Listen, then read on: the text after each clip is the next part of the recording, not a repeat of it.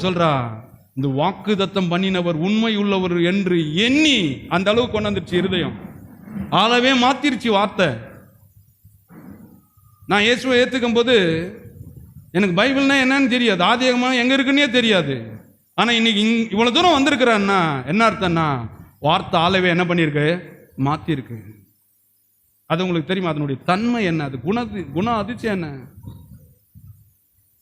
அதனுடைய பவர் என்ன, இதெல்லாம் ஸ்டெப் பை ஸ்டெப்பா தெரிஞ்சுக்க வேண்டிய அவசியம் இருக்கிறது. அது அந்த குழந்தை பெற்றது கதை தானே.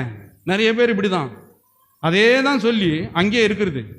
சொல்லிட்டு பாருங்க, கர்ப்பம் தரிக்க பலன் அடைந்து அவர் உண்மையுள்ளொன்று எண்ணி மனசுல அப்படி எண்ணம் வந்த உடனே கர்ப்பம் தரிக்காதுன்னு ஒரு மலடி சூழ்நிலை சொல்லுது முடியாதுன்னு, கர்ப்பம் செத்து போச்சுன்னு சொல்லிட்டாங்க, வயசாயிடுச்சுன்னு சொல்லிட்டாங்க.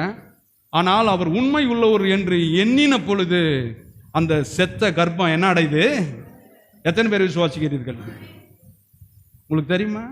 நம்பிக்கை இல்லாத நீங்க உங்க வீட்டில் வரலாம், ஆனா இங்க வந்து என் நம்பிக்கையே அவர் தான், என் ஆதாரமே அவர் தான்.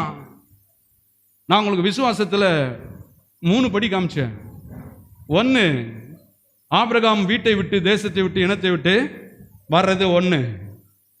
2வது, வந்த உடனே தேசத்தில் பஞ்சம் உண்டாயிடுச்சு.